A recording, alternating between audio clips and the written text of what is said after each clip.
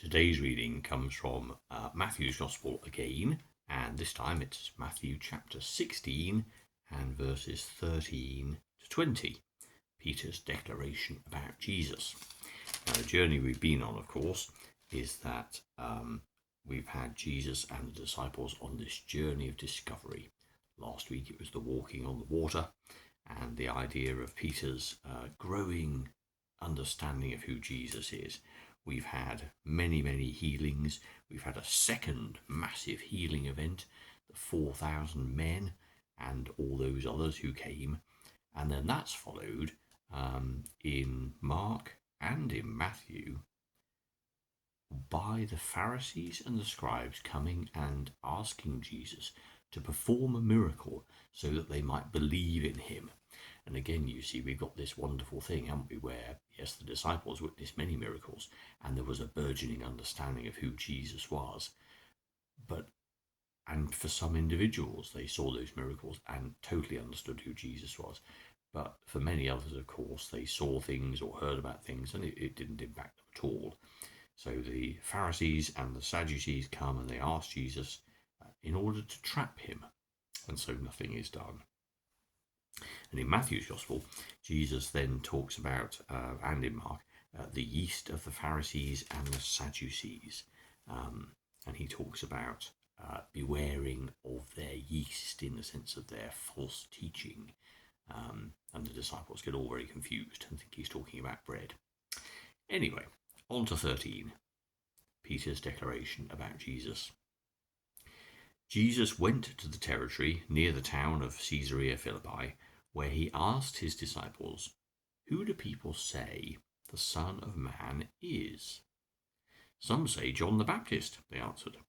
"Others say Elijah, while others say Jeremiah or some other prophet." "What about you?" Jesus asked. "Who do you say I am?" Simon Peter answered, "You are the Messiah, the Son of the living God."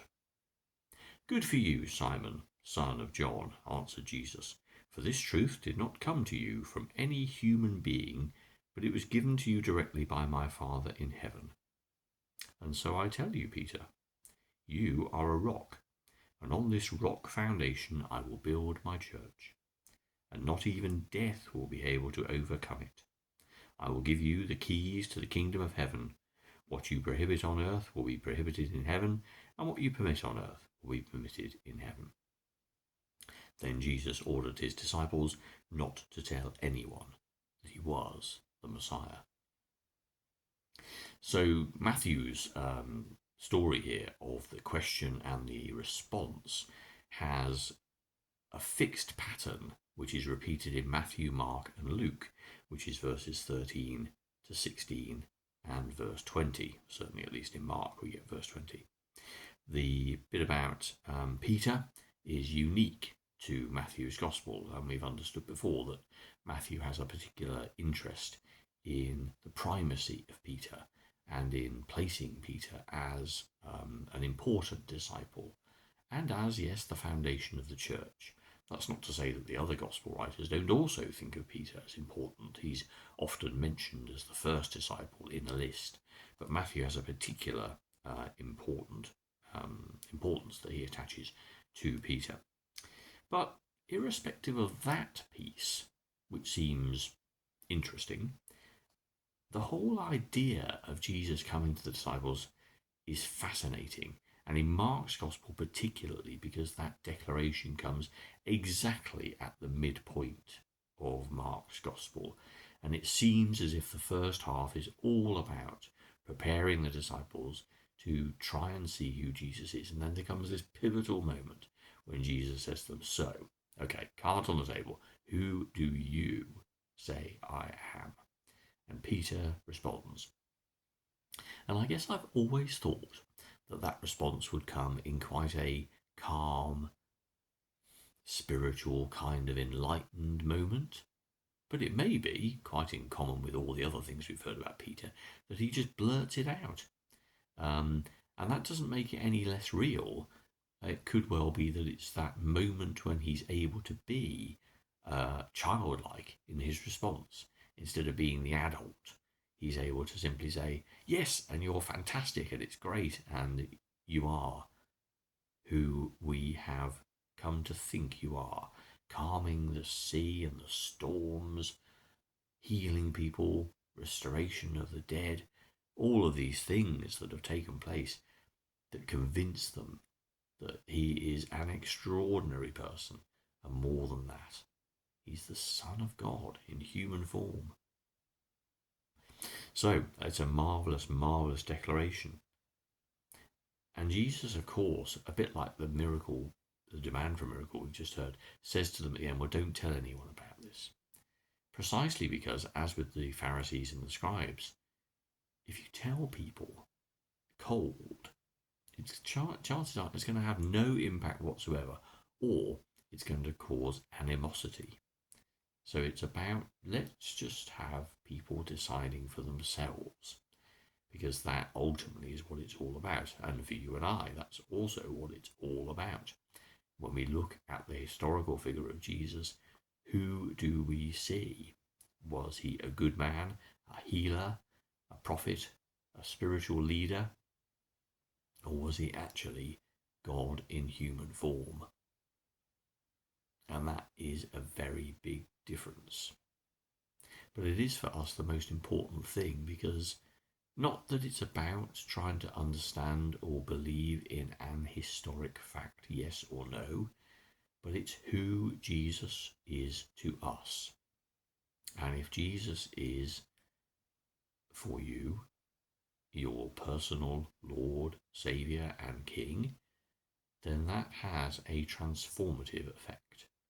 That will change the way you feel about the world and its people. It will change the way you behave. It will change your priorities. It will change the words you say and the way you spend your time. Because to understand that you are loved by the God who made all things is a truly transformative thing. It is the church that Matthew mentions here that begins to be built, a church not defined by denomination or culture or liturgy, but a church defined by a group of people who understand and are part of that shared living relationship with the God who made all things. People for whom the Creator, the Sustainer, the Encourager, the Lover is a real and vibrant entity,